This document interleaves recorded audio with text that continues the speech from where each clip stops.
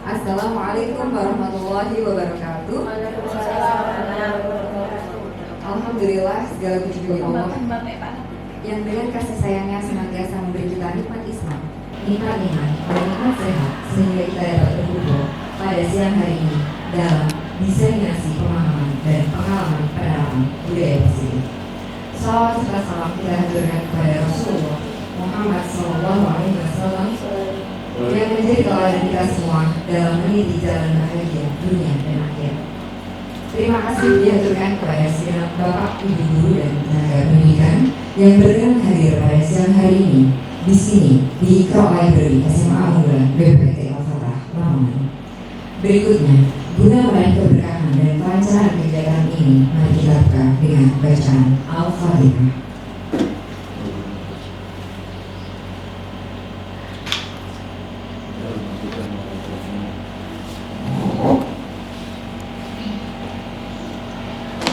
Assalamualaikum. Bapak dan Ibu sekalian, mari kita simak sambutan kepala sekolah yang kali ini diwakili oleh Ibu Mawadatul Rahmah. Kepada Ibu Imam kami persilakan. Terima kasih, Pimpinan. Assalamualaikum warahmatullahi wabarakatuh. Waalaikumsalam warahmatullahi wabarakatuh. Selamat siang Bapak Ibu. Izinkan saya mewakili kepala sekolah untuk memberikan sambutan terkait dengan kegiatan diseminasi pemahaman dan pengalaman akan penerapan budaya positif yang dilaksanakan oleh saudara kita Bapak Muhammad Nafi SEMM. Beliau adalah calon guru penggerak Kabupaten Lamongan angkatan ke-7. Seperti yang sudah kita ketahui semua bahwasanya sekolah kita itu sangat mendukung sekali, bahkan Bapak Kepala Sekolah menyampaikan lebih dari 100% dukungannya terhadap pelaksanaan pendidikan guru penggerak.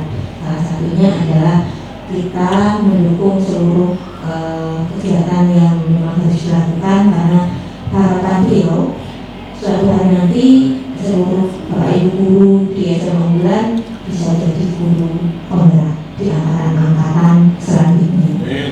Sehingga mumpung sekarang masih ada teman-teman yang melakukan praktek dari aksi nyatanya, ya, jadi kita semua bisa belajar bersama. Nanti kalau di bagian kita bisa mengambil hal baiknya dan memperbaiki kekurangan dari teman-teman kita yang melakukan diseminasi.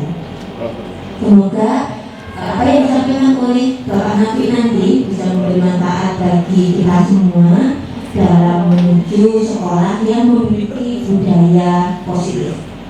Meskipun sebagian masih belum menjadi guru penggerak, tetapi apa yang sudah dilakukan oleh guru penggerak bisa menjadi inspirasi bagi kita untuk melaksanakannya juga.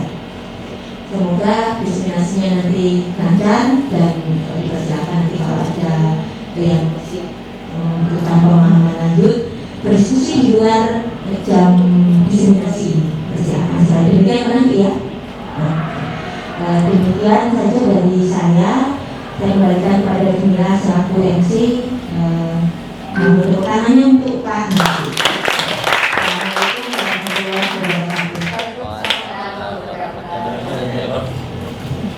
Terima kasih kepada Ibu Ima yang telah memberikan sambutan. Berikutnya kita masuk pada acara inti, yaitu pemaparan dari calon guru penggerak Kabupaten Lamongan dari sekolah kita, Bapak Muhammad Nafi SEMM.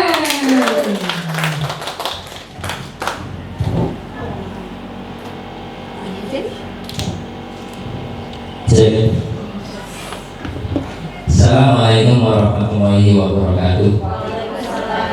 Alhamdulillahirabbil alamin. Wa bihi nasta'in ala umuri dunya wad din. Qala Allahu ta'ala fil Qur'anil Azim, ya qila bil ladzina amanu minkum wal ladzina utul ilma darajat.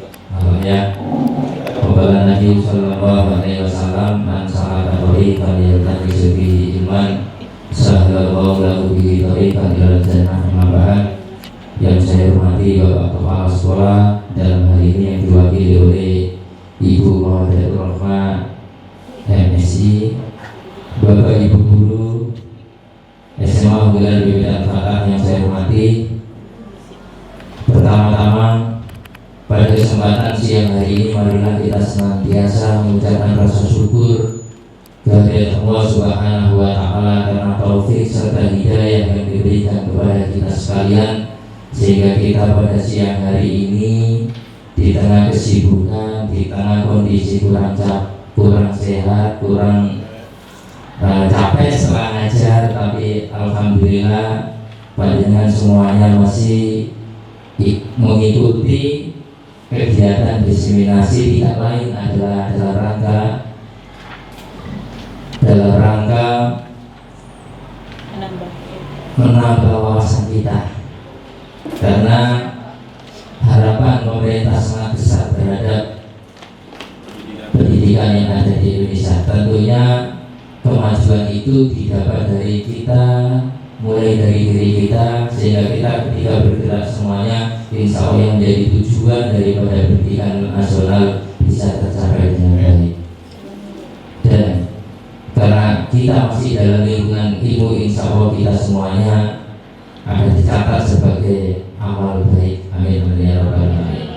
Kedua kalinya bingkisan sholawat serta salam mudah-mudahan tetap tercurahkan kepada junjungan kita Nabi Muhammad SAW, karena beliaulah satu-satunya proklamator Islam, satu-satunya revolusioner Islam yang berhasil menerobos dinding Jazirah Arab dari lembah kejayaannya menuju citra kehidupan manusiawi, sehingga kita semuanya bisa membedakan yang hak dan yang batil. Ketiga kalinya saya ucapkan terima kasih yang sebesar-besarnya kepada Bapak Ibu guru sekalian. Habis dari pagi mengajar, masih saya sibukkan dengan tugas saya untuk sebagai tanggung jawab calon guru penggerak untuk memberikan imbasan sedikit-sedikit materi yang sudah saya peroleh untuk bisa ditularkan, sehingga nanti mudah-mudahan bisa memberikan manfaat untuk Bapak Ibu guru sekalian. Bapak Ibu guru sekalian, di sini materi diseminasi modul 1.4 adalah budaya positif di lingkungan sekolah. Jadi sebenarnya ada tanggung jawab guru penggerak itu apa sih? Tanggung jawab guru penggerak adalah, harapannya adalah mengetahui kebutuhan belajar dan lingkungan yang memfasilitasi seluruh individu di sekolah agar dapat meningkatkan kooperasinya secara aman dan nyaman. Itu harapan dari pemerintah. Jadi guru penggerak itu mengetahui bagaimana menciptakan kondisi di sekolah yang aman, nyaman. Itu harapan. Kemudian yang kedua adalah guru mampu menggerakkan komunitas sekolah untuk bersama-sama mengembangkan dan mewujudkan visi sekolah yang berpihak pada murid dan berlandaskan nilai kebajikan universal. Jadi setelah nanti kita yang sudah proses pembelajaran selama 6 bulan itu, ketika nanti mendapatkan materi-materi, harapan dari pemerintah adalah untuk bisa ditularkan, untuk bisa bersama-sama dengan stakeholder yang ada di sekolah untuk berkolaborasi dalam rangka mewujudkan hal-hal yang baik tentunya, yaitu nilai-nilai kebajikan universal. Bapak Ibu sekalian, sebelum saya pada materi disiplin positif, saya coba menjelaskan sekilas dari refleksi pemikiran Ki Hajar Dewantoro bahwa menurut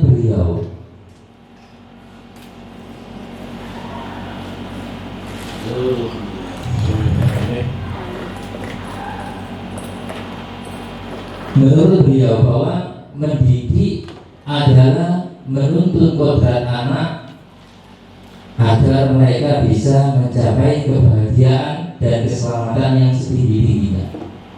Di situ ada kodrat anak. Kenapa menuntun kodrat anak? Bahwa artinya kodrat anak itu sudah mempunyai kompetensi. Guru tidak bisa lagi kemudian, menurut teori beliau, guru tidak lagi bisa kemudian memaksa anak untuk menjadi sama. Saya tentu tidak bisa sama dengan Pak Syukur. Bu Yuni tentu tidak sama dengan Bu Indah. Jangankan yang dilahirkan dari rahim yang berbeda, murid kita saja yang kembar siapa itu? Rizky dan Rizal dilahirkan dalam waktu yang bersamaan, ya selisih mungkin berapa menit dari rahim yang sama pun. Setelah saya pelajari, saya analisa, mereka motivasinya berbeda dan kompetensinya berbeda. Itu sebagai bukti yang disampaikan Hajar Dewantara bahwa tidak bisa sama, anak satu dengan lainnya tidak bisa sama. Maka anak itu mempunyai kodrat yang berbeda-beda. Maka di sini guru hanya menuntun apa? Menuntun kodrat yang ada pada anak, menuntun kompetensi yang sudah ada pada anak itu untuk dikembangkan. Jadi tidak boleh lagi kemudian kamu harus bisa seperti ini, kamu tidak bisa seperti ini. Ini saya coba dulu, mungkin karena saya menjadi pendidik, istri saya menjadi orang kesehatan, saya memotivasi anak untuk barangkali satu ada yang meneruskan saya, satu barangkali ada yang meneruskan ibunya. Itu sebelum saya di kelas itu saya memotivasi seperti itu. Tapi setelah saya sedikit banyak belajar tentang refleksi pemikiran di Hajar Dewantara, sehingga saya sadar bahwa yang saya lakukan itu sebenarnya menurut beliau, teori beliau kurang betul. Karena ketika saya tanyai, Dek, saya kepengen nggak kepengen jadi seperti ayah, melanjutkan ayah? Tidak. Kak, saya nggak kepengen melanjutkan seperti mama? Tidak. Kalau kakaknya bilang saya kepengen jadi detektif, kalau jawab saya kepengen jadi orang yang apa ya, pemadam kebakaran, sehingga saya tidak bisa lagi kemudian menghalangi. Silakan, karena anak itu punya kompetensi yang berbeda-beda, toh tujuannya sama. Kalau saya memberikan motivasi kepada anak saya bahwa itu adalah dalam rangka, kalau saya dulu adalah mencerdaskan anak bangsa, kalau istri saya seorang kesehatan, maka juga menyehatkan manusia. Tapi bukankah beliau mengatakan anak saya bisa menjawab, ya, menyelamatkan orang. Jadi menjadi tukang pemadam kebakaran itu juga menyelamatkan orang. Sehingga saya tak takut seperti itu. Inilah teori yang disampaikan pemikiran di Hajar Dewantara, bahwa guru itu menuntun kodrat anak agar mereka bisa selamat dan bahagia yang setidak baik, dia sebagai manusia maupun dia sebagai masyarakat. Kemudian menurut beliau juga menuntun kodrat anak itu menurut kodrat zaman dan kodrat alam dan kodrat zaman. Artinya apa? Bahwa menurut kodrat alam, mendidik itu harus melihat nilai-nilai budaya yang baik yang ada di sekitar kita. Tidak boleh kemudian kita menabrak, menghilangkan budaya-budaya yang ada di sekitar kita. Budaya-budaya yang baik tetap harus kita ajarkan. Gotong royong yang baik maka harus tetap kita ajarkan. Harus kita berikan pemahaman kepada anak biar tidak punah. Kemudian mendidik sesuai kodrat zaman. Zaman kita berbeda dengan zaman anak nanti. Dulu masa kecil kita tidak mengenal kecanggihan WA, Facebook, YouTube, kemudian Twitter, TikTok.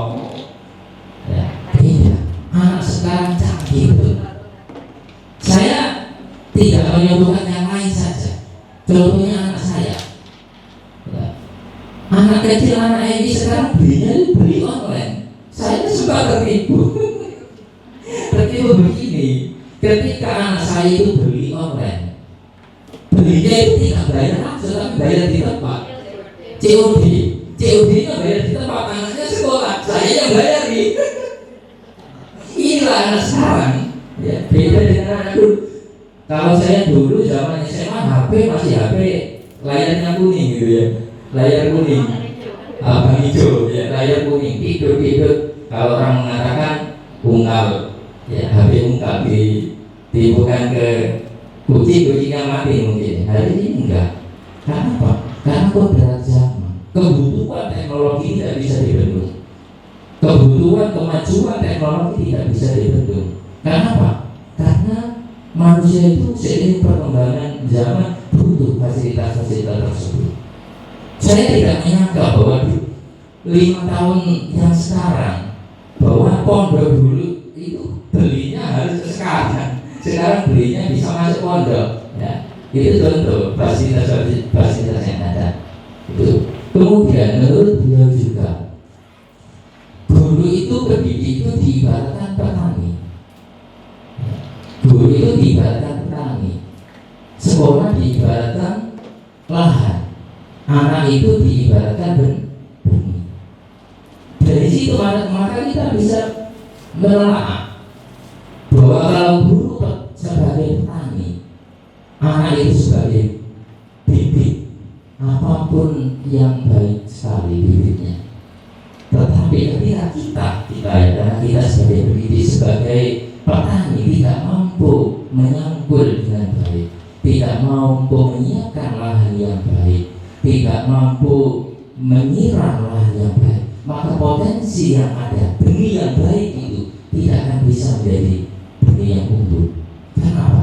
Karena kita sebagai petaninya tidak canggih, kita sebagai pemilik lahannya tidak bisa memanfaatkan lahan.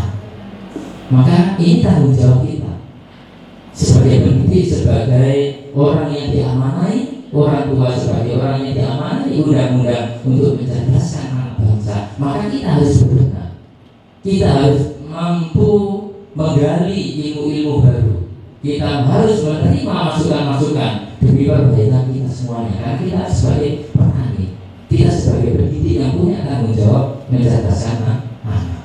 Maka kita harus berusaha menjadi petani yang baik, petani yang bisa memupuk lahan dengan baik, petani yang bisa menyangkul lahan yang menjadi baik. Karena apa? Karena benih itu dia nanti menjadi benih yang unggul. Berarti ada pengaruh kita. Karena pada dasarnya semua anak itu punya kompetensi. Jadi semua anak itu punya kompetensi dengan kompetensi yang berbeda-beda. Itu sekilas tentang pemikiran Ki Hajar, tradisi pemikiran Ki Hajar Dewantoro. Sekarang kita pada materi budaya positif. Dalam materi budaya positif ini ada materi disiplin positif dan nilai kebajikan universal. Ada teori motivasi, hukuman dan penghargaan restitusi. Ada keyakinan kelas. Ada kebutuhan dasar manusia dan dunia berkualitas. Ada 5 posisi kontrol dan ada segitiga restitusi. Alhamdulillah Bapak Ibu guru sekalian sudah sedikit banyak mendapatkan materi dari CP calon guru penggerak yang sebelumnya, sehingga saya nanti tidak banyak menyampaikan. Betul Pak? Ya. Bapak Ibu guru sekalian, disiplin positif dan nilai kebajikan universal. Jadi kita harus berubah, pemikiran kita harus berubah dalam arti bagaimana merancang berdasarkan prinsip pembelajaran yang diferensiasi, sehingga setiap murid belajar sesuai dengan kebutuhan dari tahap perkembangan untuk mewujudkan profil pelajar Pancasila. Jadi kita itu punya tanggung jawab seperti tuntunan yang ada di kurikulum Merdeka, bahwa harapan pemerintah itu kita itu bisa menuntun anak itu mempunyai 6 kompetensi. Yang pertama adalah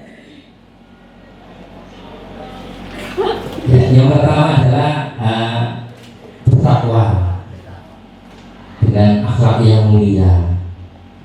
Ya, ini saya kira semuanya sepakat, apalagi kita di lingkungan pesantren, bahwa nilai-nilai akhlak, nilai-nilai ketakwaan ini menjadi porsi utama yang harus kita sampaikan ke anak. Karena apa artinya kemudian anak pandai secara intelektual, kemudian nilai akhlaknya rendah, maka ini bisa merusak, bisa membahayakan umat. Karena tidak ada sih? Ketakwaan. Makanya dalam konsep Islam itu,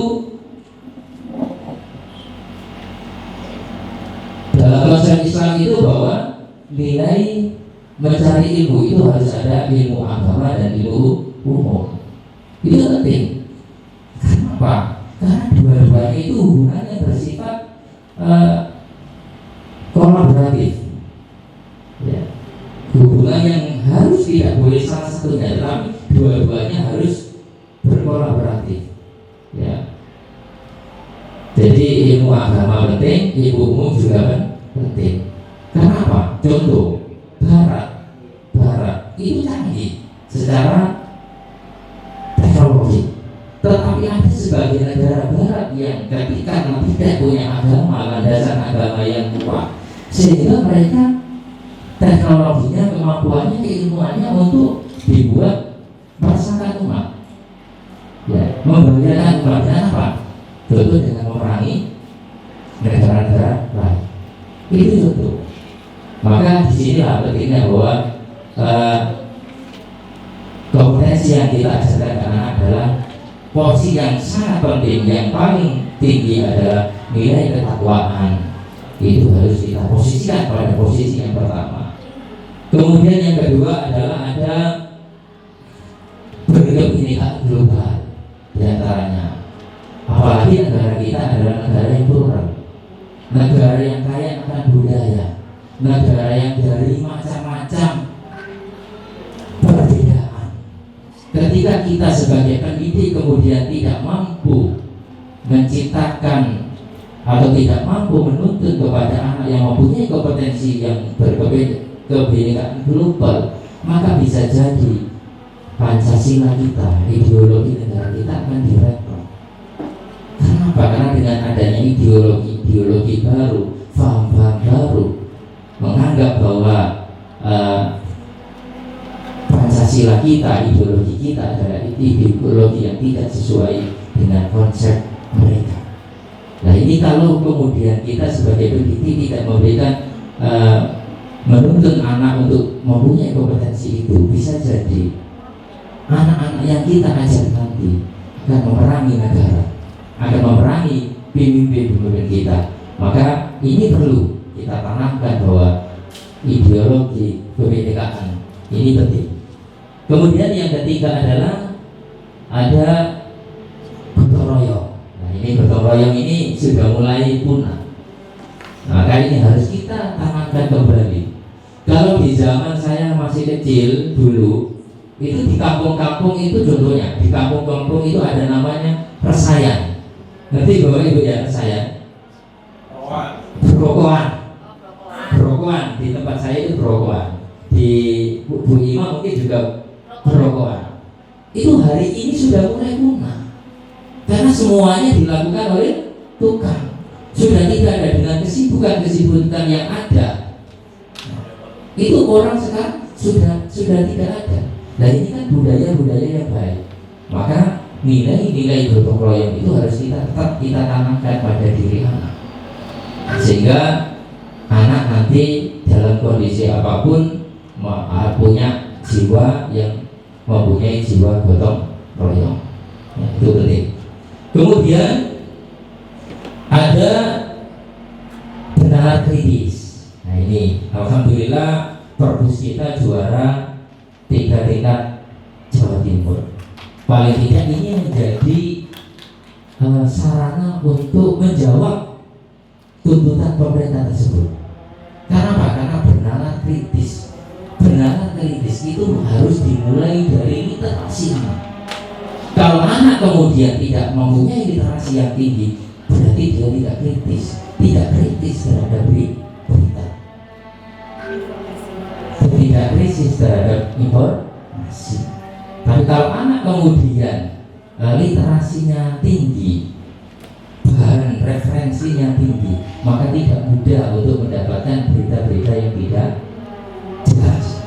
Maka lewat perpustakaan inilah menjawab, insya Allah menjawab tentang hal itu, bahwa harus kita bikin program-program sekolah sudah baik. Ada program literasi, ada pojok literasi, ada 15 menit sebelum istirahat literasi. Maka itu harus kita kembangkan lagi sehingga literasi anak menjadi banyak. Kemudian ada mandiri. Anak itu harus kita didik menjadi anak yang mandiri. Anak mandiri itu dalam arti luas, bisa mandiri secara pekerjaan, bisa mandiri secara kepribadian, bisa. Apalagi secara pekerjaan, ya. Kita menghadapi anak kita itu menghadapi abad 21, ya, di era teknologi, di era globalisasi. Maka kurikulum pemerintah itu diberikan materi kewirausahaan. Ini karena saya backgroundnya guru ekonomi, maka saya setuju banget. Anak diberikan materi kewirausahaan itu sangat setuju. Karena apa? Karena harapan pemerintah baik peserta didik di tingkatan SMA apabila di mahasiswa itu tidak lagi pada menggantungkan pada dunia kerja.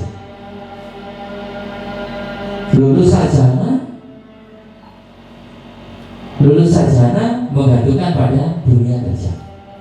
Ya, maka saya sering memberikan motivasi pada anak-anak, sebesar apapun gaji kalian, ketika kalian ikut pada perusahaan, maka kalian tetap namanya staff atau karyawan. Tetapi sekecil apapun penghasilan kalian, usaha kalian, maka di mata karyawan Anda adalah seorang bos. Ini penting, ya.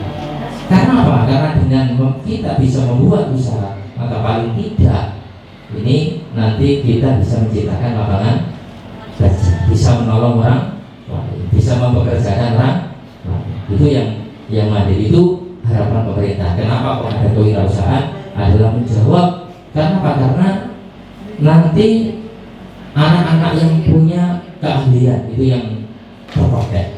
Ketika anak tidak punya keahlian, itu nanti akan dengan sendirinya tidak akan terjadinya termarginalkan, ya. Gitu. Kemudian yang terakhir adalah kreatif. Ya, kreatif. Ini harapan anak-anak milenial, maka harus kreatif. Kreatif itu penting. Karena di abad 21 itu yang mandiri, yang kreatif, itu yang laku. Ya, kreatif. Saya kemarin itu ketika P5 itu saya sangat idenya bagus anak-anak itu. Ada anak itu memanfaatkan kulit jeruk sebagai snack. Ya, kulit jeruk sebagai snack. Ya. Kulit jeruk sebagai snack. Nah, ternyata kulitnya saja digunakan snack, maka saya beri usulan, kulitnya untuk snack, terus jeruknya untuk apa? Maka jeruknya isinya adalah sekalian minumannya, sehingga tidak dibuang, tidak menjadi limbah. Akhirnya apa? Dua-duanya bernilai. Kenapa? Karena dengan begitu maka nilai bahan produksinya menjadi ringan. Itu. Bapak Ibu guru sekalian, makna disiplin positif. Kita lanjutkan pada makna disiplin positif. Dalam budaya kita, disiplin dikaitkan dengan kata tertib, teratur, kepatuhan pada peraturan. Ya. Kemudian disiplin juga dimaknai menjadi suatu yang dilakukan seseorang pada orang lain untuk mendapatkan kepatuhan kita. Cenderung menghubungkan kata disiplin dengan ketidaknyamanan. Tetapi di sini adalah nilai kebajikan universal yang dimaksud. Ya. Nilai kebajikan yang ingin dicapai oleh setiap anak Indonesia kita kenal dengan. Ya. Jadi nilai-nilai kebajikan adalah sifat-sifat positif manusia yang merupakan tujuan mulia yang ingin dicapai setiap individu yang menjadi fondasi kita dalam berperilaku. Ya.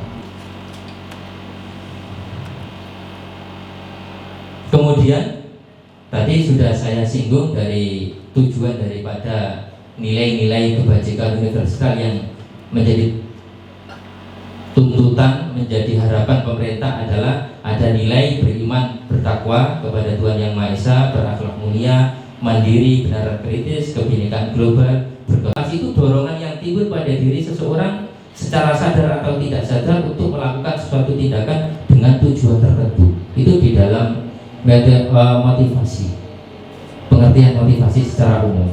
Kira-kira Bapak Ibu Guru mengartikan motivasi menurut panjenengan bagaimana?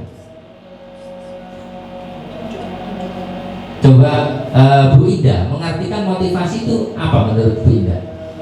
Motivasi itu Ya. motivasi itu dorongan yang timbul setelah kita mendapatkan sesuatu yang berupa kayak omongan atau apa gitu. Kalau menurut Bu Indah itu motivasi itu yang timbul pada diri setelah mendapatkan omongan atau masukan dari orang lain. Coba saya tanya pada Bu Lia, menurut Bu Lia motivasi itu apa sih Bu Lia? Kalau menurut saya motivasi itu sebuah dorongan dari luar, entah dari apa dan dari mana dan dari siapa. Yang jelas dorongan positif atau dorongan positif ya, dorongan positif untuk diri kita, seperti itu. Jadi menurut Kalau maksudnya misalnya itu motivasinya untuk saya ya dorongan dari luar untuk saya, seperti itu. ya. Entah dari mana dan dari siapa dan apa itu, intinya dorongan dari luar gitu ya, menurut saya. Kalau menurut Bu Lia itu dorongan dari Dorongan positif. ya, dorongan positif dari luar untuk diri kita. Itu kalau menurut Bu Lia. Kalau saya sebagai peserta pendidik, maka ketika saya menjelaskan ke anak, saya tidak pernah menyalahkan. Teori apapun, saya lempar pertanyaan kepada anak, saya tidak pernah memberikan menyalahkan anak, meskipun salah. Saya tidak pernah. Andaikan salah, nanti yang disampaikan Bapak Ibu Guru tidak ada yang salah. Andaikan anak salah, maka saya tidak menjudge anak salah. Karena apa? Yang penting nanti adalah kita menuntut untuk mengarahkan. Ya, itu.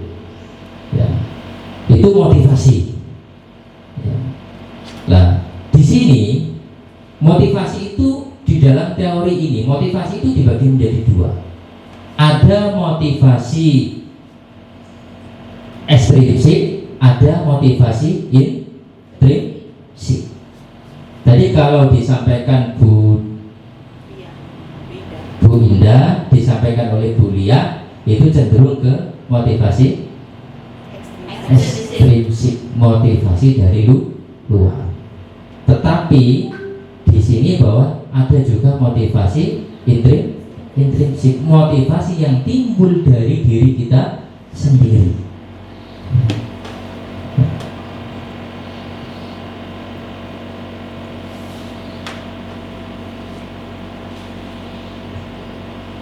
Nah, kalau motivasi ekstrinsik dan motivasi intrinsik, maka menurut teori ini yang paling baik adalah motivasi intrinsik, motivasi yang timbul dari diri sendiri. Yang tadi sudah dijelaskan oleh Bu Ima, tadi sudah banyak dijelaskan. Ya. Jadi motivasi intrinsik, motivasi yang timbul dari diri kita tanpa pengaruh orang lain. Ini biasanya lebih mengena dan lebih maju. Ya. Menurut Brian Wilson dalam bukunya Recruiting Sebuah Disiplin menyatakan 3 motivasi perilaku manusia. Yang pertama adalah biasanya motivasi itu adalah timbul untuk menghindari ketidaknyamanan atau hukuman. Jadi orang itu melakukan sesuatu biasanya adalah untuk menghindari hukuman. Ya. Contohnya adalah apa yang akan terjadi apabila saya tidak melakukannya. Ya, contoh, murid mengerjakan PR karena takut dihukum apabila tidak mengerjakan. Ini berarti cenderung melakukan sesuatu karena menghindari hukuman. Kemudian yang kedua, ini masih tergolong motivasi eksternal. Yang kedua adalah biasanya adalah untuk mendapatkan imbalan dari orang lain atau institusi. Ya, contoh ketika anak melakukan pekerjaan sesuatu, giat masuk sekolah karena mendapatkan HP atau yang lain. Nah ini statusnya masih lumayan lebih baik daripada yang tadi. Ya, motivasinya masih agak baik ya daripada yang tadi. Kemudian yang ketiga adalah untuk menghargai diri sendiri. Ya, jadi dia mengerjakan sesuatu itu adalah karena dorongan dirinya sendiri, karena dia menghargai dirinya bahwa dia akan bisa menjadi anak yang baik, bahwa dia akan bisa menjadi mempunyai kompetensi yang baik. Karena dia rajin belajar, maka dia pasti akan bisa menguasai. Ini timbul dari dirinya sendiri yang dinamakan dengan motivasi internal atau motivasi yang timbul dari diri sendiri. Dan ini menurut teori ini adalah termasuk tujuan disiplin positif atau nilai-nilai yang paling dianggap baik. Bapak Ibu Guru sekalian, selanjutnya adalah ada hukuman dan konsekuensi. Apa sih bedanya hukuman dan konsekuensi?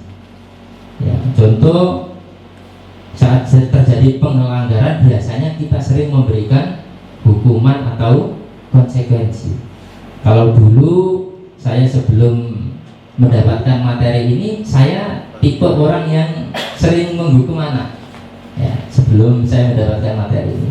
Tapi alhamdulillah setelah memahami materi ini, kebiasaan-kebiasaan itu sudah mulai saya rubah. Ya, kebiasaan itu, sehingga ada baiknya. Karena apa? Karena biasanya hukuman itu bersifat menyakitkan, tidak nyaman, biasanya spontan, murid takut, dan bisa jadi akan dibenci karena hanya sepihak, hanya dari guru kemudian secara sepihak menghukum murid. Beda dengan yang kedua adalah konsekuensi. Ya, lebih derajatnya, lebih statusnya lebih baik konsekuensi. Karena konsekuensi itu bersifat mengontrol murid dengan penguatan positif. Biasanya mendorong kepatuhan, murid akan menghormati peraturan, dan ini konsep diri baik. Kalau tadi hukuman jelek karena biasanya denda, biasanya akan menentang. Tapi kalau konsekuensi biasanya anak lebih menyadari itu. Ya. Tetapi keduanya itu adalah masih dalam bersifat eksternal. Ya. Jadi hukuman ataupun konsekuensi itu adalah masih bersifat eksternal, tidak bersumber pada diri anak. Ya. Kemudian yang ketiga adalah ada restitusi. Ya. Restitusi itu proses menciptakan kondisi murid untuk memperbaiki kesalahan mereka sehingga mereka bisa kembali ya, pada kelompok mereka dengan karakter yang lebih kuat. Restitusi juga merupakan proses kolaboratif. Kenapa? Karena restitusi itu pasti ada nilai, pasti ada komitmen yang dibuat bersama-sama. Ya, restitusi itu pasti ada nilai komitmen yang dibuat bersama-sama, sehingga akan muncul dari diri anak sendiri. Ya, kalau kita menjadi dulu di kuliah itu ada namanya kontrak belajar itu ya. Ya gitu. Jadi sebelum restitusi itu pasti ada kontrak belajar, ada kesepakatan, ada nilai kebajikan kelas, ya itu yang kita buat sehingga anak tidak lagi kemudian menentang karena itu sudah menjadi kesepakatan bersama. Ya, gitu.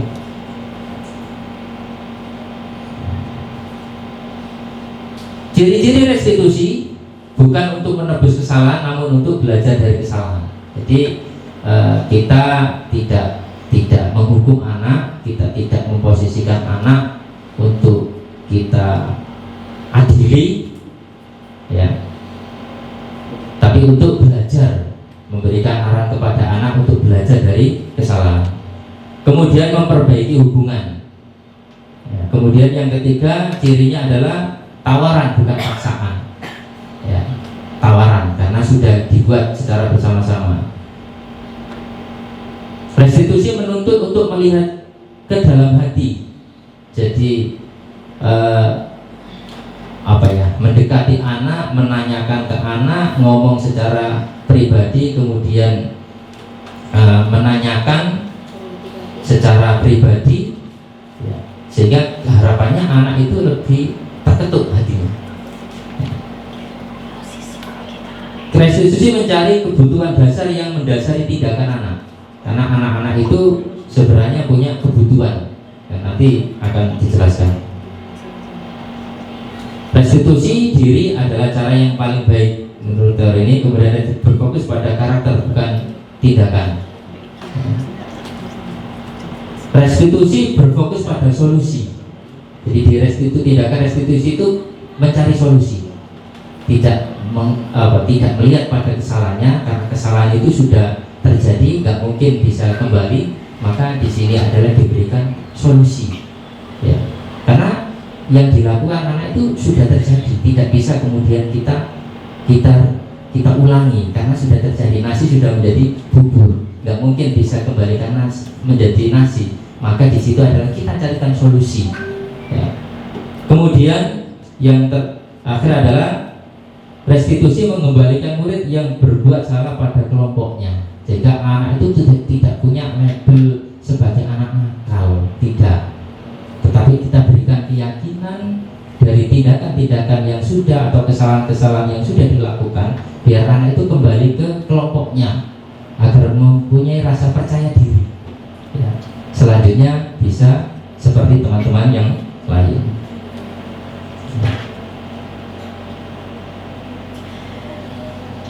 Ada contoh, ya. Di sini ada contoh kasus anak tidak mengerjakan PR. Di sini ada hukuman, ada konsekuensi, ada restitusi. Contohnya adalah guru menghukum murid tersebut maju dan berdiri di depan kelas selama jam pelajaran. Ini hukuman. Saya dulu sering seperti itu, ya. Kemudian konsekuensi, guru memberikan konsekuensi yang telah disepakati, misalnya murid mengerjakan PR-nya saat jam istirahat. Karena dia tidak mengerjakan PR, maka dia diminta untuk jam istirahat mengerjakan. Jam istirahat tidak bisa ke pujasiranya Pak Syukur, karena dia punya tanggung jawab untuk mengerjakan PR yang seharusnya bersama teman-teman yang lain mengerjakan PR. Kenapa? Karena ada konsekuensi yang harus dilakukan karena dia tidak mengerjakan PR. Kemudian yang ketiga adalah restitusi, ya. Restitusi ini kenapa anak kok sampai tidak mengerjakan PR? Ini guru cenderung mencari tahu. Apakah karena listriknya di pondok itu mati sehingga anak tidak bisa mengerjakan soal atau PR? Ini guru sebagai guru itu, sebagai pendidik itu mencari. Ya, kalau dalam teori ini mencari kenapa anak sampai berbuat seperti itu, maka dicari. Kenapa anak sampai terlambat, maka dicari. Ya, apakah air di asrama di pondok itu macet? Ya, tidak langsung menghukum, ini mencari. Ya, kemudian guru menanyakan keyakinan atau kesepakatan kelas yang dilanggar. Ya. Kemudian yang terakhir adalah guru mencarikan solusi. Jadi solusinya apa? Apakah dia sudah melanggar? Kalau memang melanggar, berarti ditanyakan, ya, konsekuensinya apa? Ya, kemudian selanjutnya setelah ini dia sanggup memperbaiki atau tidak. Itu tindakan restitusi. Nah, dalam teori ini, ya, kita memberikan penghargaan kepada anak itu sama saja kita dengan menghukum.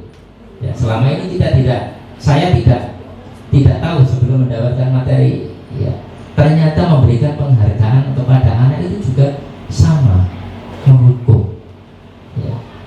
Kalau dulu, ya, saya belum paham.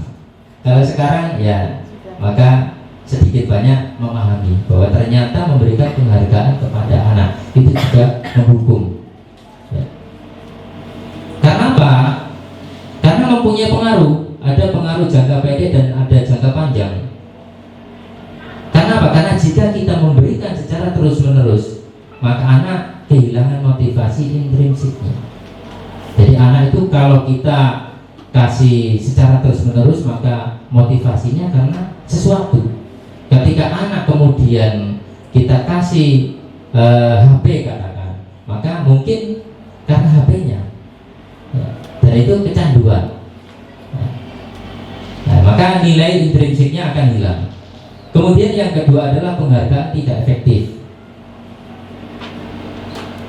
Maka ketika anak mengharap penghargaan, ketika dia tidak mendapatkannya, maka ia akan kecewa, tidak akan berusaha sekeras sebelumnya. Jadi kemudian yang ketiga adalah penghargaan merusak hubungan.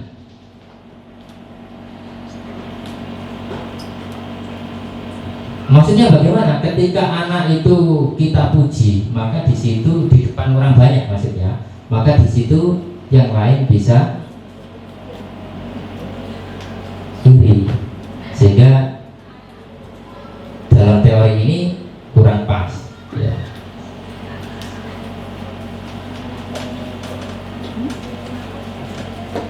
Kemudian penghargaan mematikan kreativitas.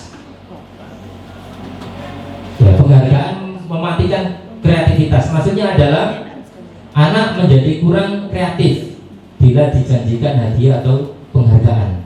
Karena fokus utamanya adalah memperoleh penghargaan, bukan mendapatkan hasil yang terbaik. Kemudian yang kelima adalah penghargaan menghukum. Penghargaan menghukum mereka yang tidak mendapatkan penghargaan. Contoh sistem ranking, makanya sekarang tidak ada sistem ranking. Karena apa? Karena ketika sistem, saya juga dulu bertanya-tanya, kenapa pemerintah tidak tidak menghilangkan sistem ranking. Maka dulu saya bertanya-tanya. Setelah saya mendapatkan materi ini, maka saya menjadi tahu, oh kalau sistem ranking berarti ada yang tinggi, ada yang rendah. Berarti anak yang rankingnya rendah ini yang nanti tidak percaya diri dan minder, sehingga tidak efektif bahwa sistem ranking itu menurut di teori ini. Kemudian penghargaan mematikan motivasi intrinsik. Ya.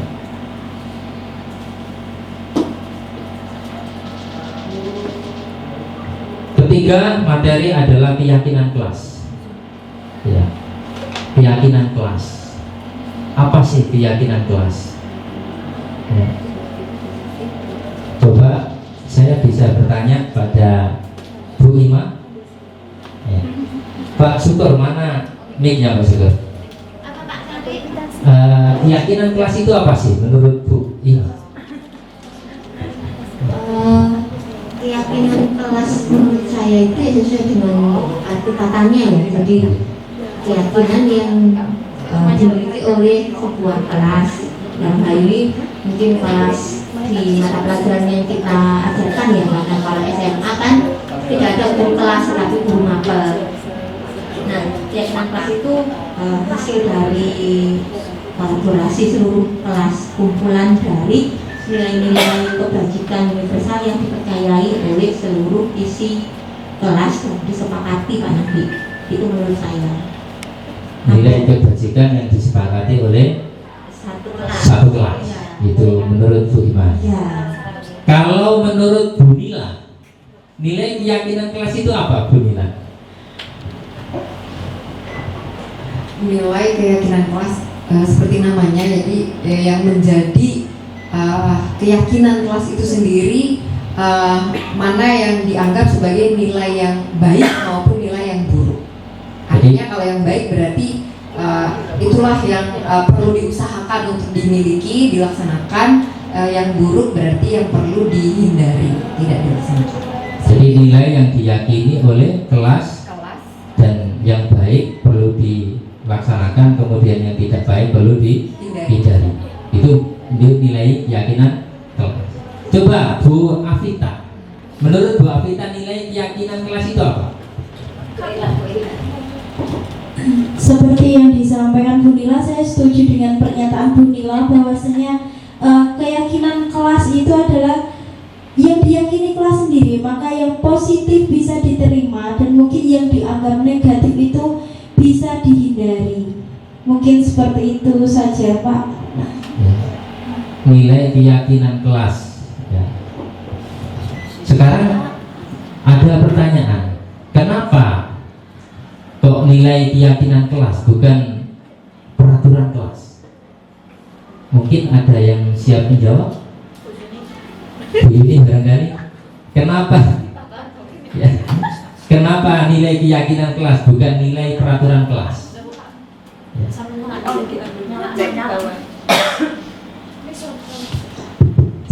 Menurut saya Pak Nabila, sesuai dengan bahasanya, keyakinan itu kan yang kita yakini. Terus kemudian untuk peraturan itu sesuatu yang harus dilaksanakan, dan apabila tidak melaksanakan maka ada sanksinya, seperti itu. Ya, lah tadi gimana maksudnya? Kenapa kok keyakinan kelas bukan peraturan kelas? Karena itu tadi, peraturan itu lebih bersifat nanti kalau tidak menjalankan ada sanksi atau hukuman, lebih memaksa, seperti itu. Ya. Jadi ketika anak dikasih bahasanya peraturan itu melaksanakannya itu secara terpaksa, itu tidak dengan hati nuraninya. Jadi sangat super sekali penjelasan dari Bu Yuni. Jadi kenapa kok keyakinan kelas bukan peraturan kelas? Kalau peraturan ini adalah sifatnya memaksa, ya, dengan keterpaksaan. Tapi kalau keyakinan adalah sesuatu yang sudah diyakini secara bersama-sama yang timbul dari kesadaran pribadi. Contoh, mengapa kita memilih peraturan tentang penggunaan helm? Apakah saat mengendarai kesadaran kendaraan bermotor? Ya. Mengapa kita memiliki peraturan tentang penggunaan helm pada saat mengendarai kendaraan bermotor? Ya, ini kira-kira tujuannya apa? Ya. Biar selamat. Kalau hati. Ya. Bu Ima, bagaimana? Safety ya, selama kalau seandainya kita jatuh kan nanti minimal kepala kita aman. Aman ya. Jadi dengan jawaban tadi sudah super sekali, Bu Desi Mandura. Super sekali. Ya. Artinya sudah memahami. Jadi sudah memahami. Tetapi kadang kita memakai helm itu karena ada CCTV, karena ada tilang, karena peraturan. Ya. Tapi kalau saya, insya Allah guru unggulan tidak. Kalau guru SMA unggulan tidak. Tetapi karena menyelamatkan diri kita, karena untuk mengamankan diri kita, sehingga kita tidak pada peraturannya, tetapi itu timbul adalah untuk keselamatan. Ya, jadi untuk keselamatan. Kemudian yang kedua, mengapa kita memiliki peraturan tentang penggunaan masker dan mencuci tangan setiap saat? Ya. Alasannya apa? Untuk kesehatan. Super sekali karena guru saya bilang. Super sekali guru saya bilang. Ya. Karena untuk kesehatan. Karena untuk kesehatan. Jadi Bapak Ibu guru semua alhamdulillah sudah memahami bahwa antara mengapa keyakinan kelas bukan peraturan kelas. Kalau peraturan kelas ini sifatnya memaksa. Kalau ya, keyakinan kelas ini bersumber dari diri sendiri. Bapak Ibu sekalian, kita lanjutkan. Ya, materi selanjutnya adalah kebutuhan dasar manusia dan dunia berkualitas. 5 kebutuhan dasar manusia. Yang pertama adalah bertahan hidup. Ya, ini saya kira semuanya memerlukan ini. Siapa yang nggak pengen bertahan hidup? Ya. Jadi kebutuhan yang pertama adalah bertahan hidup. Ada keselamatan, keamanan, kesehatan, memiliki keturunan, yaitu bertahan hidup. Kemudian yang kedua adalah cinta kasih atau diterima, yaitu keintiman, keanggotaan, keterhubungan atau hubungan. Kemudian yang ketiga adalah kesenangan, bisa hiburan, kegembiraan, tawa, belajar. Kemudian yang keempat adalah penguasaan, kontrol, prestasi, kompetisi, pengaruh, dan yang kelima adalah kebebasan, kemerdekaan, mobilitas, pilihan, kreativitas. Ini ketika 5 kebutuhan ini kemudian ada salah satu yang tidak terpenuhi, biasanya akan menjadikan seseorang itu merasa kurang, ya, tidak seimbang, merasa kurang, dan akhirnya biasanya akan melampiaskan dengan tindakan-tindakan sesuatu atau sesuatu tindakan. Nah, maka kita sebagai pendidik harus mengetahui 5 kebutuhan dasar anak kita. Ya. Kira-kira anak kita bisa melakukan seperti ini, itu kira-kira apa yang kurang? Apakah anak ini itu kita harus bisa menelaah apakah dari keluarga yang kemudian broken home atau dari keluarga yang ditinggal orang tuanya, maka kita sebagai pendidik harus tahu itu sehingga kita bisa mengetahui anak didik kita. Ya, ini penting sehingga kita tidak lagi adalah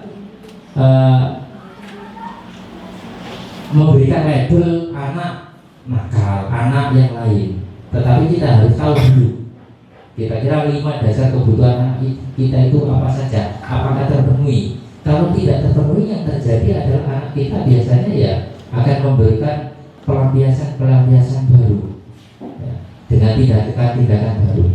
Makanya kita perlu, ya, kita sebagai pendidik harus mengetahui 5 kebutuhan dasar anak kita. Oh, barangkali anak kita itu ditinggal orang tuanya, maka butuh kasih sayang. Maka karena kita di pondok, maka kita harus kerjasama dengan pembina untuk lebih perhatian terhadap anak tersebut, karena ada yang kurang dari anak tersebut. Ya, itu. Ya.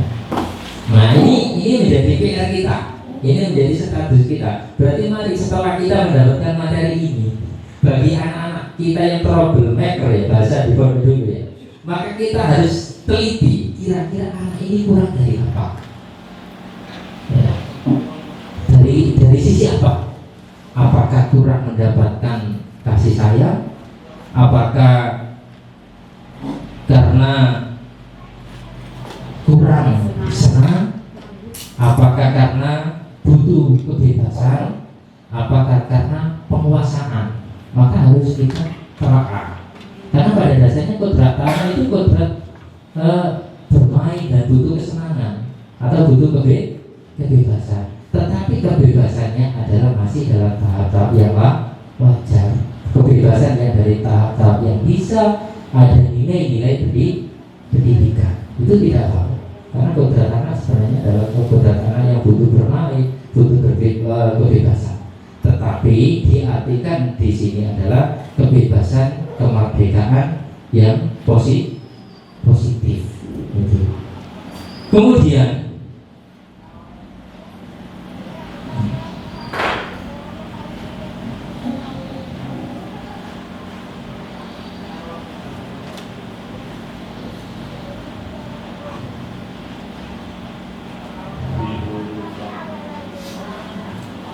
selanjutnya adalah 5 posisi kontrol.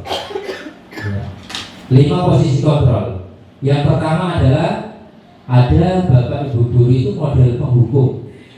Ya, kalau seperti saya sampaikan tadi, rata-rata kita kalau sebelum mendapat materi ini, kita rata-rata adalah sebagai guru yang penghukum. Tapi alhamdulillah, mudah-mudahan nanti setelah kita mendapatkan materi ini, kita bisa memperbaiki diri kita. Nah, tentunya saya sendiri tidak lagi menjadi penghukum, mudah-mudahan ke depan. Ya. Kemudian yang kedua itu ada guru yang model pembuat perasa bersalah. Nah, jadi ada penghukum, ada pembuat perasa bersalah. Kemudian yang ketiga adalah ada yang posisi menjadi teman. Kemudian yang ketiga adalah ada model guru yang seperti menjadi pemantau. Kemudian yang ketiga adalah posisi manajer. Dari teori ini, ya dari teori ini yang digendaki dalam teori ini adalah kita adalah sebagai manajer. Ya, karena apa? Karena kalau kita sebagai penghukum, ya, biasanya kalau orang guru sebagai penghukum ini anak menjadi tertekan. Ya. Anak kalau kita sering kita hukum biasanya anak menjadi tertekan, anak menjadi sakit hati. Kemudian yang terjadi adalah anak akan berontak. Ini di dalam teori ini. Nah, contoh kamu selalu saja salah. Nah, biasanya komunikasinya dari satu arah. Kalau tipe penghukum itu. Kemudian yang kedua adalah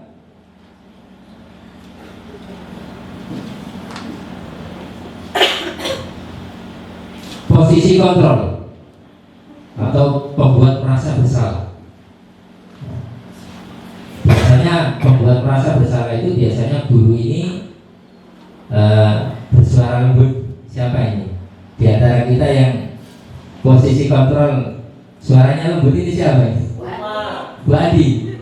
Terus saya suaranya banget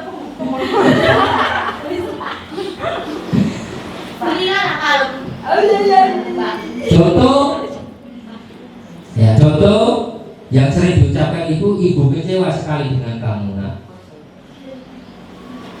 berapa kali ibu harus memberitahu kamu ya? Gimana coba kalau orang tua kamu tahu kamu berbuat begini? Nah, ini biasanya kata-kata yang dilakukan oleh guru sebagai kontrol atau membuat merasa bersalah. Kemudian yang ketiga adalah posisi kontrol teman. Nah, teman. Biasanya guru di sini tidak menyakiti ya, murid, namun akan tetap berupaya mengontrol murid melalui persuasi, melalui pendekatan. Biasanya guru di posisi teman menggunakan hubungan baik dan humor untuk mempengaruhi seseorang. Maka biasanya yang dikatakan adalah, ayo bantulah demi bapak ya. Ini biasanya siapa ini? Ya, Pak Heri. Ini, ayo bantulah demi bapak ya. Ayo ingat tidak bantuan ibu selama ini. Ya, jadi ya sudah, kali ini tidak apa-apa. Nanti ini bantu bereskan. Ya, ini biasanya dilakukan oleh guru selaku posisi teman. Kemudian yang keempat adalah posisi kontrol pemantau. Biasanya adalah guru hanya mengawasi.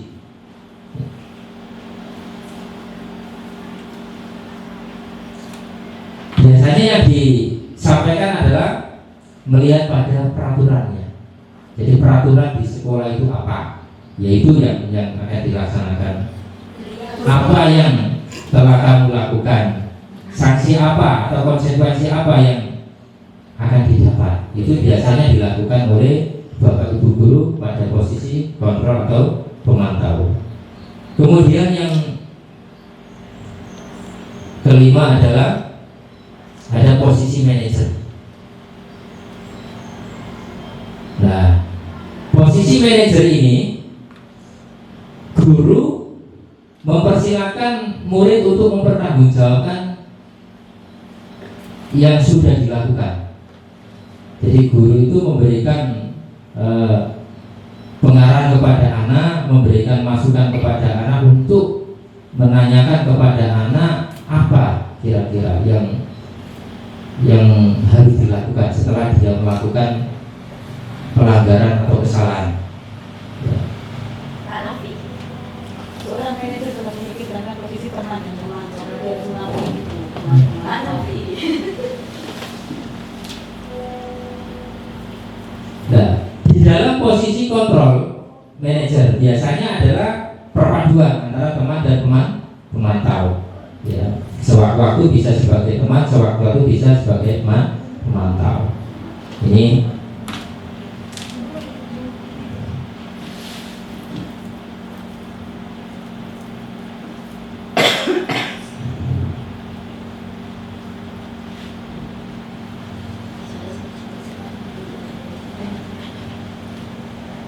kemudian yang selanjutnya materi adalah segitiga restitusi. Ya, segitiga restitusi. Segitiga restitusi. Coba Bapak Ibu sekalian, barangkali ada yang pernah mendapatkan materi segitiga restitusi. Monggo Bu Isla. Selama ini yang Bu Isla pahami sebagai guru BK, segitiga restitusi itu apa sih?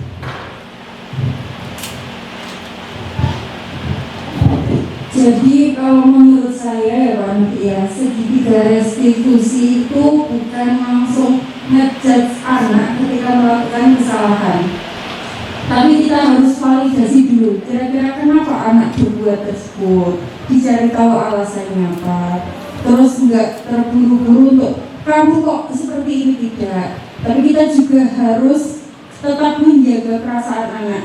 Oh iya, gak apa-apa, besok bisa dibantu lagi. Begitu Pak Nafi. Super sekali karena beliau guru BK, ya. Jadi sudah paham. Ya. Selanjutnya, menurut guru yang lain, kira-kira selain menebalkan apa yang dijelaskan oleh Bu Isla, barangkali monggo Bapak Ibu guru yang lain, menurut panjenengan segitiga restitusi itu apa sih? Mungkin Bu Ima, monggo dijelaskan lebih detail. Guru teladan itu, guru teladan. Menurut saya segitiga restitusi itu langkah yang harus dilakukan secara berurutan. Karena segitiga restitusi itu hasil dari penelitian, jadi tidak boleh loncat dari satu langkah ke langkah ketiga.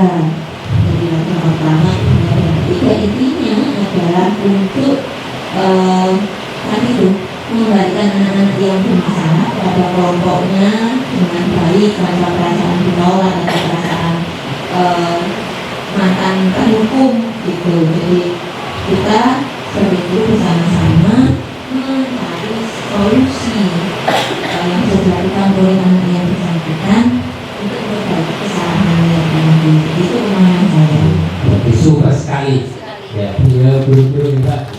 Jadi segitiga restitusi itu adalah mengembalikan posisi anak pada kelompoknya. Artinya kita tidak menjustis anak. Artinya kita tidak kemudian menghukum anak, menyalahkan anak tanpa mengetahui permasalahannya, tanpa mengetahui solusinya. Berikut ada satu video yang perlu saya sampaikan untuk menjadi pembelajaran kita bersama tentang kasus yang terjadi ketika ujian kemarin di kelas 12. Ya, moga bisa dilihat videonya.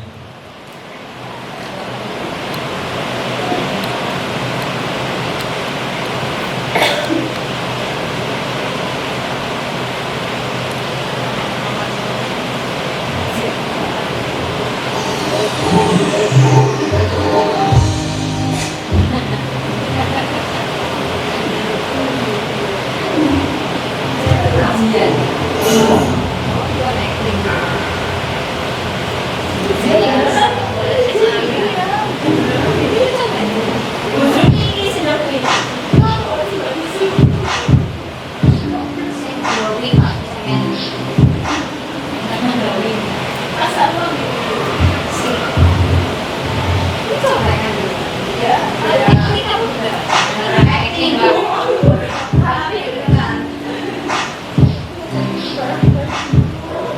Simba dan dirinya nanti meminta nabi di coba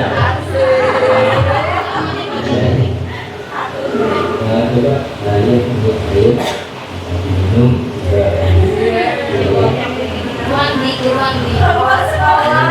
ini juga tahu ya kenapa Pak Nabi memanggil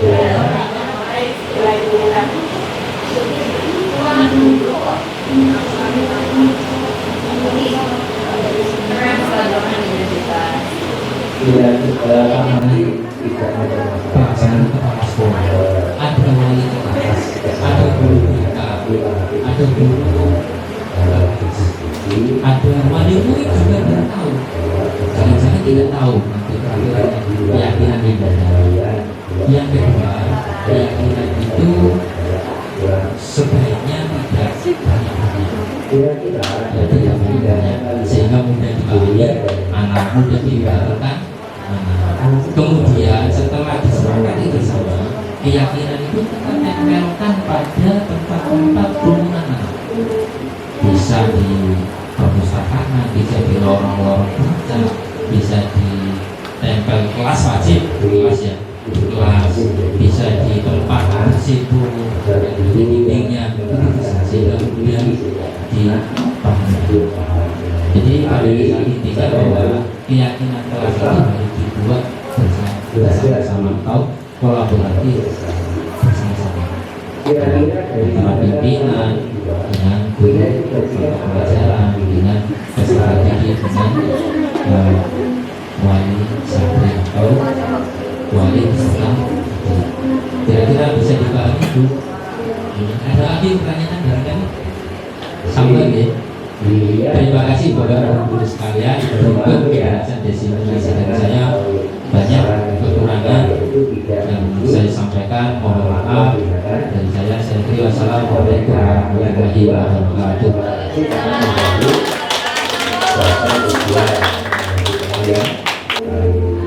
Kira-kira depannya Yulia dan Sinta bisa nggak memperbaiki diri atas kesalahan sekarang?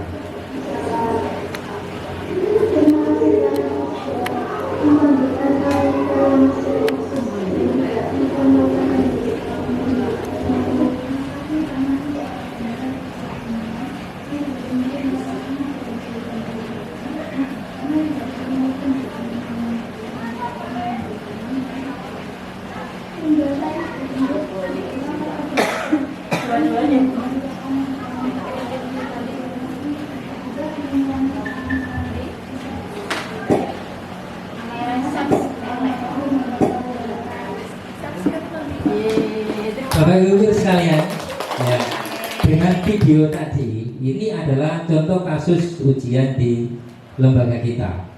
Jadi tindakan restitusi itu harapannya mengembalikan anak pada posisi kelompoknya. Jadi anak itu tidak terlabel menjadi anak yang bermasalah, anak yang nakal, anak yang, tetapi kita sebagai pendidik itu menebalkan ya kira-kira tindakannya itu benar atau salah. Kemudian menanyakan keyakinan, ya, kemudian yang terakhir mencarikan solusinya. Ya, jadi kira-kira karena apa? Karena yang saya sampaikan tadi bahwa karena kejadian itu sudah dilakukan, tidak mungkin bisa dikembalikan. Maka yang kita sebagai pendidik adalah mencari solusinya bagaimana. Gitu. Sehingga contoh seperti kasus tadi itu kita tidak menghukum di depan temannya. Kalau kita menghukum di depan temannya yang terjadi anak menjadi down, ya. Karena ketika anak kemudian down itu mengembalikan lagi itu sulit. Nah, anak merasa kita hormati, meskipun salah tapi kita hormati. Kita panggil di ruangan khusus, ditanyakan kira-kira apa kesalahannya. Kemudian apakah tindakannya itu melanggar keyakinan kelas. Nah, kita tanyakan. Kemudian yang kita cari solusinya bagaimana untuk kedepannya. Itulah jadi dari kasus tersebut. Bapak Ibu sekalian, dari materi-materi yang sudah saya jelaskan, kira-kira barangkali ada pertanyaan? Monggo Bu Juni, barangkali ada pertanyaan.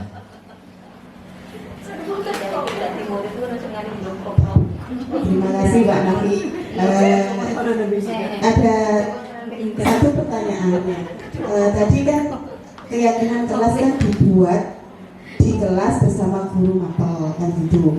Yang mau saya tanyakan, untuk keyakinan sekolah itu bagaimana proses pembuatannya? Apakah dari keyakinan kelas masing-masing guru mapel itu bisa kita satukan menjadi keyakinan sekolah atau mungkin ada cara-cara yang lain? Terima kasih Pak Nabi. Terima kasih. Keyakinan kelas, keyakinan sekolah. Ya. Kalau di keyakinan sekolah sebenarnya membuat keyakinan itu kita butuh kolaborasi. Jadi pimpinan, baik itu kepala sekolah, wakasek, kemudian guru, peserta didik, wali murid, semuanya menjadi satu. Ya, membuat keyakinan tersebut. Hal-hal yang baik, hal-hal yang positif itu apa kira-kira? Nah, ketika kemudian sudah kolaborasi, maka semuanya menjadi tahu. Ya. Sehingga kalau keyakinan kelas itu dibuat sendiri, maka nanti berat. Apalagi kalau sekolah itu sudah bermasalah.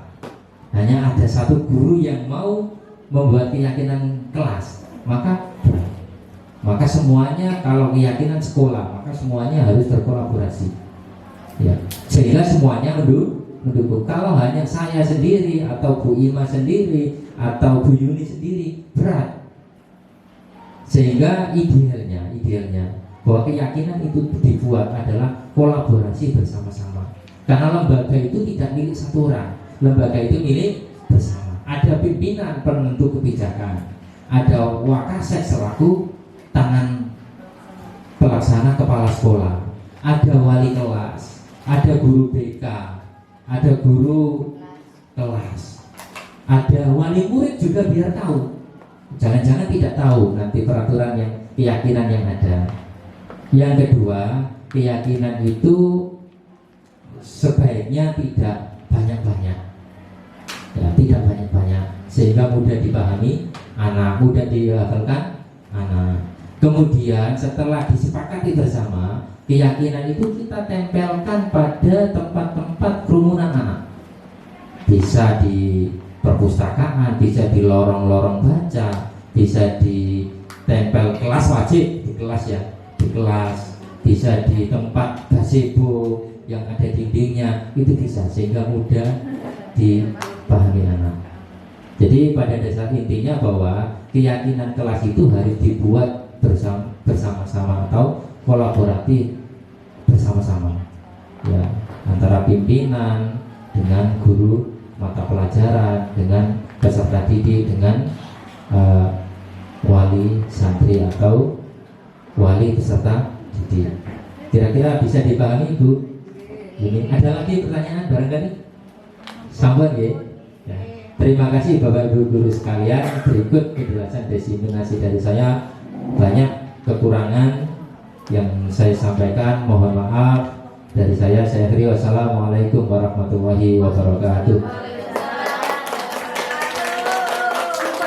Bapak Ibu sekalian, demikianlah pemaparan dari Bapak Muhammad Nafi. Luar biasa sekali, super sekali. Semoga ilmu yang dibagi tadi bermanfaat untuk keseharian kita sebagai pendidik di sini dan menambah pahala buat Bapak Nafi. Terima kasih Bapak Ibu semua. Kita akhiri dengan membaca hamdalah. Alhamdulillah. Demikian dari saya, mohon maaf apabila ada kekurangan, kesalahan. Wassalamualaikum warahmatullahi wabarakatuh. Waalaikumsalam warahmatullahi wabarakatuh. Assalamualaikum warahmatullahi wabarakatuh. Waalaikumsalam warahmatullahi wabarakatuh. Siang anak-anak? Siap. Siap semuanya hari ini? Oke, di pertemuan jam paling siang ini, jam terakhir, Pak Nafis mengajak kalian semuanya untuk membuat kesepakatan bersama, membuat keyakinan kelas dalam rangka menciptakan budaya positif di sekolah. Nah, budaya positif di sekolah ini bisa terwujud manakala ada Kedisiplinan dibuat melalui keyakinan kelas berdasarkan kesepakatan bersama.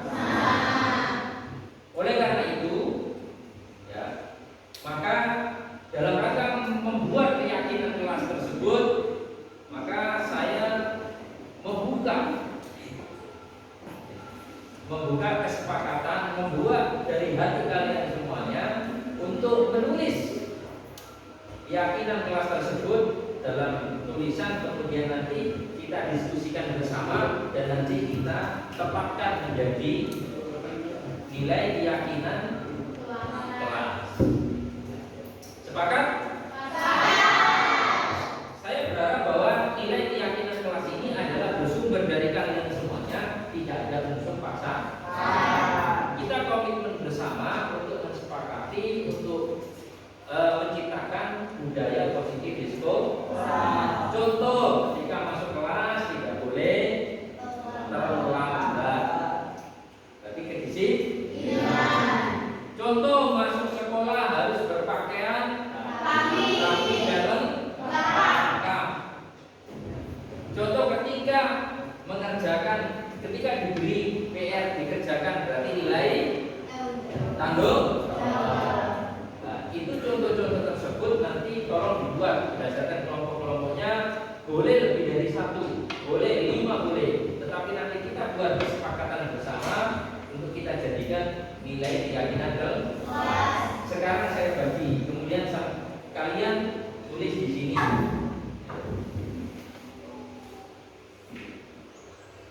Saya kasih 2.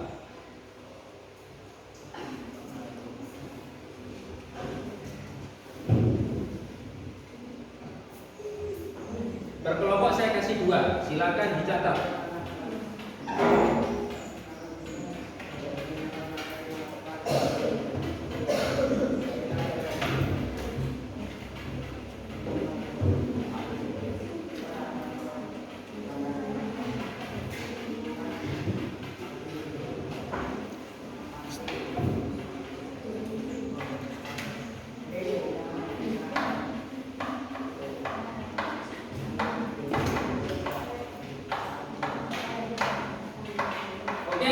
Sudah saya bagi semuanya.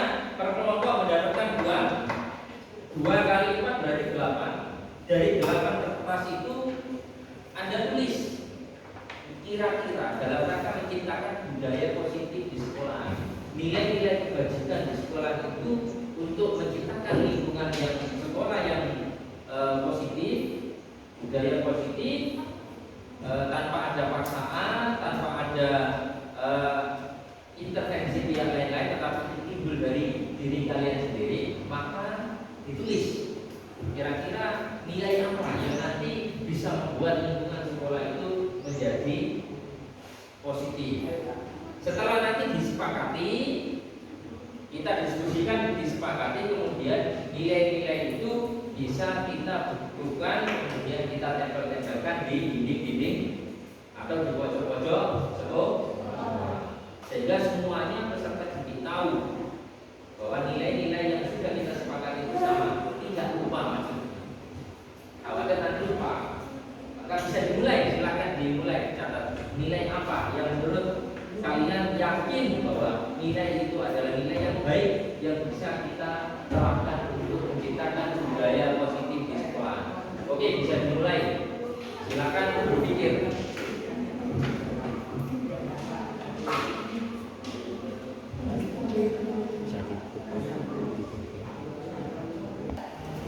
Anak-anak, sudah diskusinya?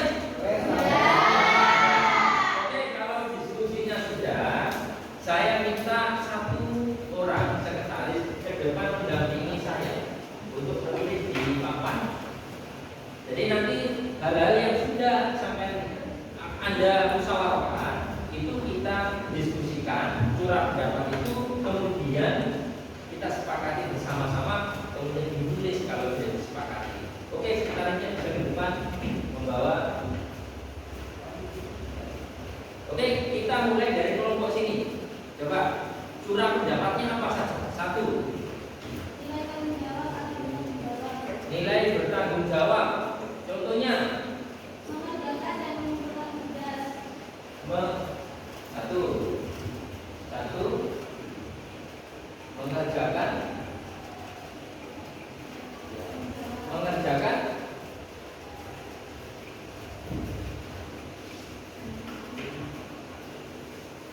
tanggung jawab, mengerjakan tugas, mengerjakan dan mengumpulkan tugas yang sudah diberikan. Oke. Kedua kira-kira apa? Kejujuran apa? Oke, ketiga gotong royong. Fakta apa? Konkretnya apa di kelas diterapkan?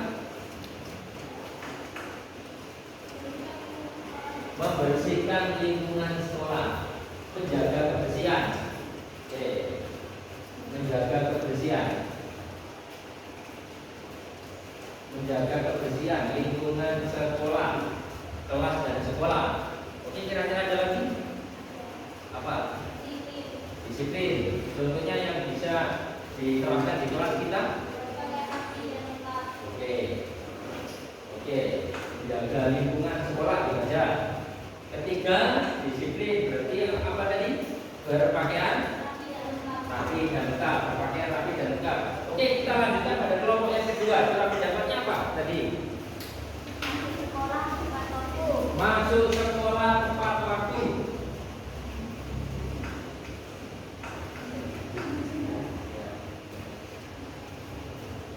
Yang tepat masuk sekolah tepat waktu. Apalagi kira-kira pendapatnya? Melaksanakan tiket sesuai jadwalnya. Ini masuk poin 1 ya, nilai tanggung jawab ya. Melaksanakan tiket sesuai jadwalnya. Tambah di rumah, melaksanakan tiket sesuai jadwalnya. Ada lagi kira-kira? Mendengarkan guru saat menjelaskan. Selanjutnya masuk disiplin ya. Coba mendengarkan guru saat menjelaskan. Kalau guru menjelaskan, ada lagi tambahan? Oke, sama saja mendengarkan itu. Sudah? Tidak menyontek, kejujuran. Tidak menyontek, nilai kejujuran. Tidak menyontek. Pak.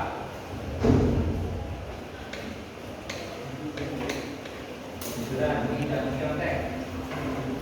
Coba kita lanjutkan pada kelompok yang keempat, 3. Apa usulannya? Cara pendapatnya? Menghormati sesama teman. Menghormati sesama teman apa?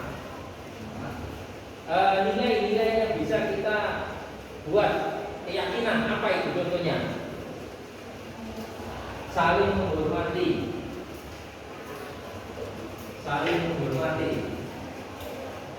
Apalagi kira-kira?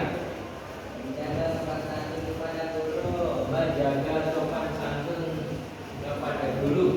Oke.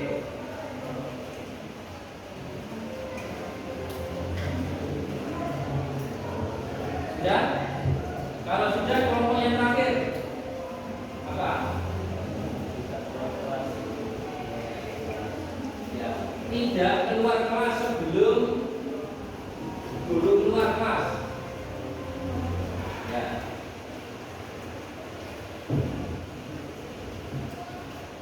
Tidak keluar kelas sebelum guru keluar kelas. Selanjutnya, tanggung jawab apa contohnya? Tanggung jawab masuk di sini. Apa tulis nanti lah. Tanggung jawab itu masuk ya. Tidak ya, ditaruh di tanggung jawab. Mematikan semua fasilitas kelas. Ada kipas angin, ada lampu. Ini dimatikan sebelum meninggalkan kelas. Karena apa? Karena masa depan kita masih panjang. Anak cucu kita masih panjang. Maka kita harus menjaga energi. Kita simpan, kita kurangi, karena kita masih memikirkan anak kita nantinya, masa depan selanjutnya. Kalau kita berfoya-foya sekarang, kalau kita habiskan sekarang, maka nanti nilai energi itu habis.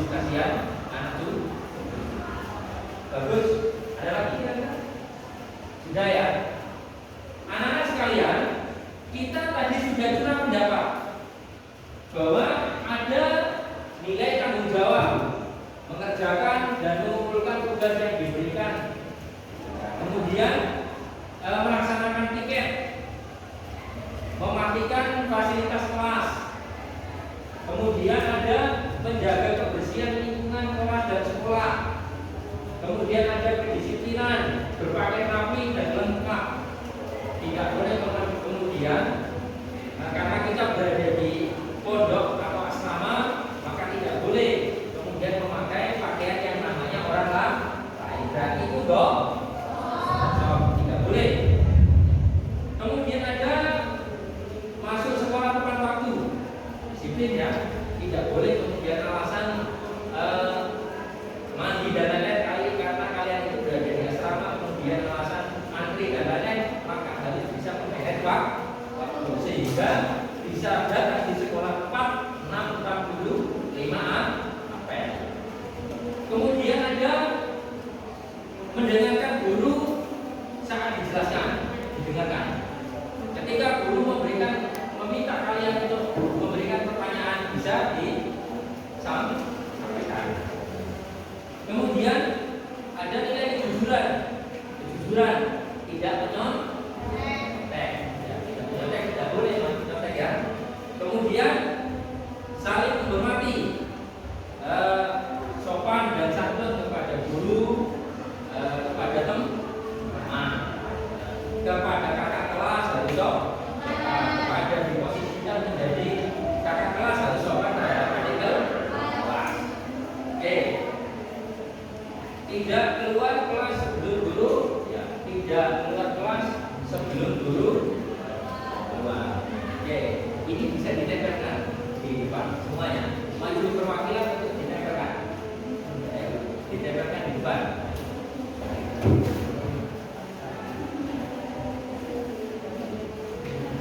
Ditempelkan di sini.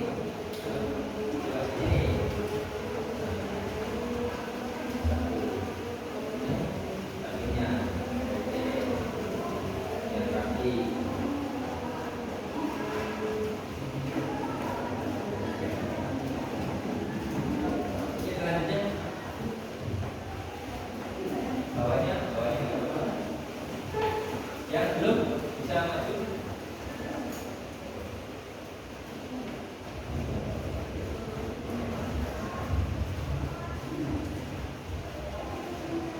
Oke anak-anak, tadi sudah pendapat yang dikumpulkan di dokumen, saksikan di kertas dan sudah kita bahas bersama sudah pendapat tersebut. Maka ini nanti kita tulis dalam kertas. Ada wali kelas, ada ketua kelas, ada mengetahui kepala sekolah. Nanti akan saya dokumentasikan. Kemudian karena ini sudah kita sepakati bersama, maka kita harus jaga dan melaksanakan. Setelah itu nanti ya, biar tidak lupa, tidak ada alasan, maka saya tempelkan di media, saya tempelkan di perpustakaan, saya tempelkan di pojok-pojok kelas. Oke, sepakat semuanya ya. Tidak ada yang merasa bahwa ini adalah tekanan, tetapi ini semuanya adalah timbul dari diri kita sendiri dalam rangka menciptakan budaya positif di sekolah. Karena apa anak-anak? Karena ketika situasi sekolah itu positif, nyaman, tidak merasa kemudian tertekan, maka akan timbul kesadaran dari diri kalian semuanya. Belajar juga tidak merasa terpaksa, sehingga menerima materi juga bisa maksimal. Nah, anak ketika tidak merasa tertekan, yang timbul dari diri sendiri, maka akan menciptakan budaya merdeka. Artinya merdeka itu bisa mengaktualisasikan kompetensi kalian semuanya tanpa ada paksaan dari siapapun. Kenapa anak-anak? Karena guru itu hanya menuntut